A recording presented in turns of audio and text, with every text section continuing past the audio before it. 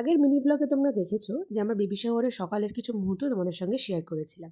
এটা হচ্ছে তার কিছুক্ষণ পরের মুহূর্ত। আমি একটা থিম কেক পছন্দ করেছিলাম আর সেটা আমার মনের মতো করে বানিয়ে দিয়েছিল ফেসবুকের একটি পেজ স্প্রিঙ্কেল কেক। আমি ডেসক্রিপশনে ওদের পেজ তোমাদের ট্যাগ করে দেবো।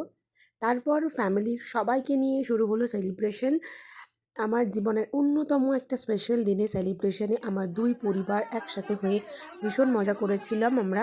আর তার সাথে আমি যেমন আগের ব্লগে বলেছি যে শুভ্র আমার মনের মতো করে সব কিছু করেছিল, আমার যেগুলো যেগুলো ইচ্ছা ছিল সব কিছু পূরণ করেছিল।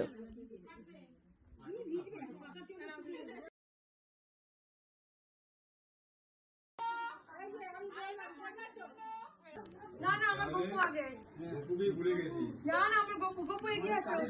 বাবা ছুটি নিয়ে 9টার মধ্যে রেডি, খালি বলছে কখন উঠবি, আমি কিন্তু পুরো রেডি হয়েছে। এরপর শুরু হলো আশীর্বাদ পর্ব। প্রথমে আশীর্বাদ করলো আমার দাদু।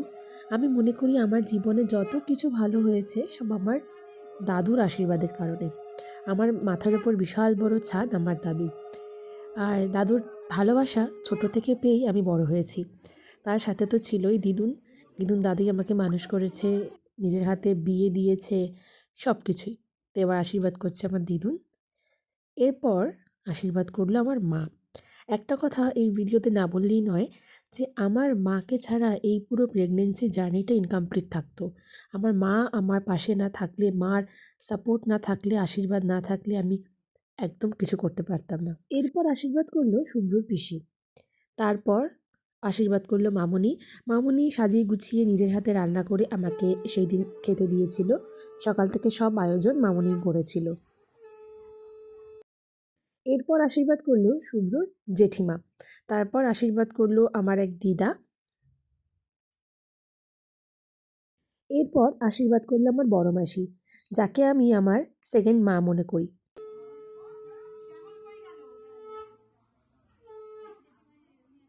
এরপর আশীর্বাদ করলো শুভ্রর পিসেমশাই, আমার শ্বশুরবাড়িতে আমার সবথেকে প্রিয় মানুষ, যে আমাকে মেয়ের মতো ভালোবাসেন। আর তারপর আশীর্বাদ করলো আমার জীবনে আরও একজন অন্যতম প্রিয় শ্রেষ্ঠ মানুষ, আমার মেসো। ছোট থেকে যে আমাকে নিজের বড় মেয়ের মতো ভালোবাসা দিয়েছে, আর আমার কাছে আমার বাবার সমান মেসো। এরপর আশীর্বাদ করলো আমার ছোট মাসি। এরপর আশীর্বাদ করলো দিদিভাই আর কমলদা। দিদিভাইও সকাল থেকে সব রকম অ্যারেঞ্জমেন্ট করেছে, সাজিয়ে গুছিয়ে কিভাবে আমাকে খেতে দেবে, কিভাবে সব সাজানো গোছানো হবে, সব দিকে দিদিভাই খেয়াল রেখেছে। আর কমলদা নিজের বোনের জন্য গুছিয়ে সুন্দর প্রিয় সব মিষ্টিগুলো এনে দিয়েছিল। এদের সবার ভালোবাসাতেই আমি নিজেকে ভীষণ লাকি মনে করি। আর কোলে একটা পুচকুকে দেওয়া হয়েছিল, যে একদমই বিরক্ত হচ্ছিল, বুঝতে পারছিলাম। এবার আশীর্বাদ করলো আমার জীবনের সবথেকে প্রিয় শ্রেষ্ঠ মানুষ। আমি জানি যে আমার জন্য সবথেকে যে মানুষটা ভালো চায়, আমার জন্য ভালো করার চেষ্টা করে, তাই thanks to my dear husband for everything. এরপর এখানে দেয়া হচ্ছে হরিলুট। এখানে আমার শ্বশুরবাড়ির এক অন্যতম নিয়ম যে হরিলুট দেওয়া হয় যে কোনো শুভ কাজে শুভ দিনে, তাই মামনি তুলসী তলায় হরিলুট দিচ্ছে। আশা করব আমার এই 7 মান্থস বেবি শাওয়ারের ব্লগটা তোমাদের ভালো লাগলো। আমি এখানে আমার অনেক সুন্দর সুন্দর মোমেন্ট শেয়ার করলাম। কেমন লাগলো অবশ্যই কমেন্ট করে জানিও।